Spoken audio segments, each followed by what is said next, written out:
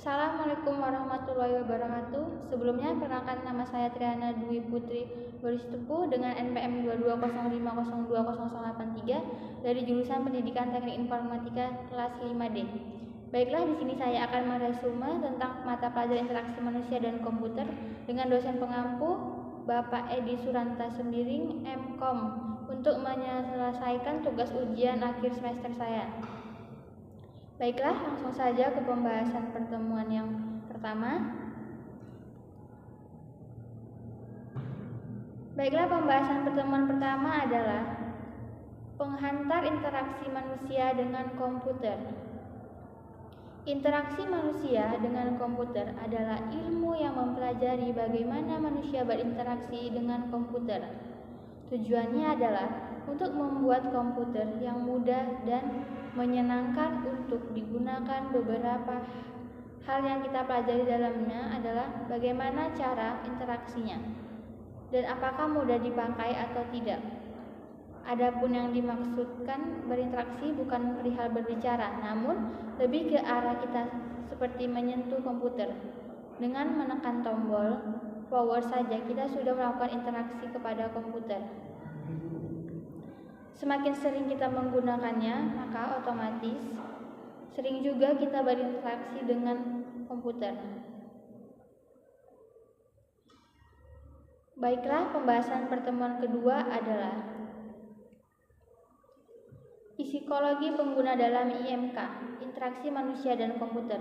Bukan hanya tentang teknologi saja, tetapi juga psikologis. Jadi, hubungan IMK dengan psikologi yaitu di dalamnya membahas tentang bagaimana pemahaman manusia berpikir, belajar, perasaan dalam menggunakan teknologi dan berinteraksi, sehingga kita dapat merancang antarmuka yang sesuai dengan kemampuan dan keterbatasan kognitif untuk membuat aplikasi yang mudah digunakan, aman, efektif, dan efisien. Dan selanjutnya kita akan memasuki pembahasan pertemuan ketiga, yaitu desain antarmuka pengguna atau user interface. User interface adalah tampilan visual sebuah produk untuk menghubungkan sistem dengan pengguna atau user. Sistem ini bisa berupa website, aplikasi, atau lainnya.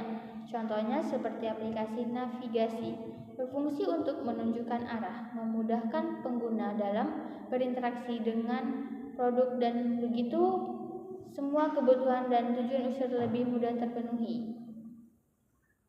Selanjutnya, kita memasuki pertemuan keempat, yaitu pembahasannya tentang panduan desain antarmuka dalam interaksi manusia dan komputer atau IMK.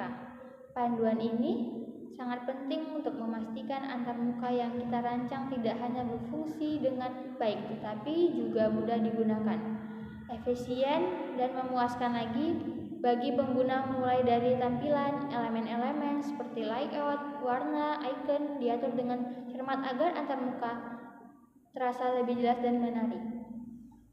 Selanjutnya kita memasuki pertemuan kelima, yaitu pembahasannya tentang evaluasi dan usability testing. Adalah bagian penting dalam proses desain antarmuka pengguna dalam interaksi manusia dan komputer atau HCL. Kedua konsep ini berfokus pada mengukur beberapa efektif dan efisien dan menyenangkan antarmuka pengguna dalam memfasilitasi interaksi antara manusia dan teknologi. Evaluasi dan usability testing merupakan langkah yang sangat penting dalam pengembangan antarmuka pengguna. Tanpa pengujian, kita tidak dapat mengetahui apakah desain yang dibuat dapat digunakan dengan mudah, atau apakah antarmuka tersebut memberikan pengalaman yang baik bagi pengguna.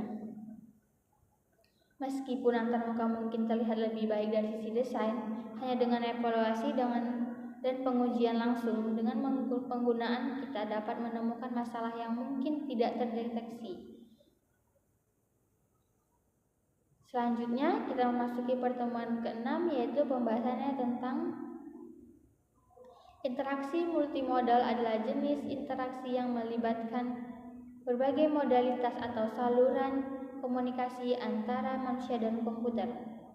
Modalitas ini bisa berupa yang pertama yaitu visual, audio atau suara, sentuhan, gerakan, dan bahasa, misalnya seperti perintah suara.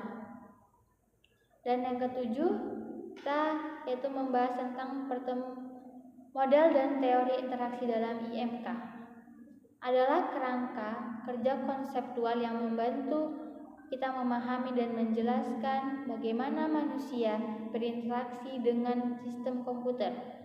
Model memberikan representasi abstrak dari interaksi, sementara teori memberikan penjelasan yang lebih mendalam tentang proses kognitif dan perilaku yang terlibat.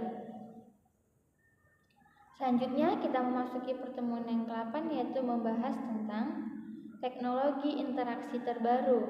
Teknologi interaksi terbaru dalam bidang interaksi manusia dan komputer atau IMK adalah perkembangan inovatif yang menghubungkan manusia dengan perangkat komputer secara lebih alami, efisien, dan menyeluruh. Seiring dengan perkembangan zaman dan teknologi, cara kita berinteraksi dengan komputer juga mengalami perubahan yang signifikan. Interaksi terbaru mengacu pada metode teknologi atau pendekatan terkini yang digunakan untuk meningkatkan pengalaman pengguna saat berinteraksi dengan sistem komputer. Teknologi dan konsep terbaru IMK terus berkembang seiring dengan kemajuan teknologi informasi, kecerdasan buatan, dan perangkat keras. Baiklah, selanjutnya pembahasan ke-9, yaitu tentang pengalaman pengguna atau user experience adalah aspek penting dalam desain interaksi manusia dan komputer. Dengan memahami kebutuhan dan harapan pengguna, perusahaan dapat mengembangkan produk atau layanan yang memenuhi kebutuhan mereka dan meningkatkan kepuasan pengguna. Dengan demikian, kita dapat menyimpulkan bahwa pengalaman pengguna adalah kunci untuk mengembangkan produk atau layanan yang sukses dan memenuhi kebutuhan pengguna. Oleh karena itu, perusahaan harus memprioritaskan pengalaman pengguna dalam proses desain dan pengembangan produk atau layanan mereka. Dan yang terakhir, pertemuan ke-10, yaitu pembahasan tentang desain interaksi mobile adalah cabang dari desain pengalaman pengguna atau UX yang berfokus pada bagaimana pengguna berinteraksi dengan perangkat mobile seperti smartphone atau tablet melalui antarmuka aplikasi atau situs web. Baiklah, sekian resume dari saya, lebih kurangnya mohon maaf. Sekian dan terima kasih. Assalamualaikum warahmatullahi wabarakatuh.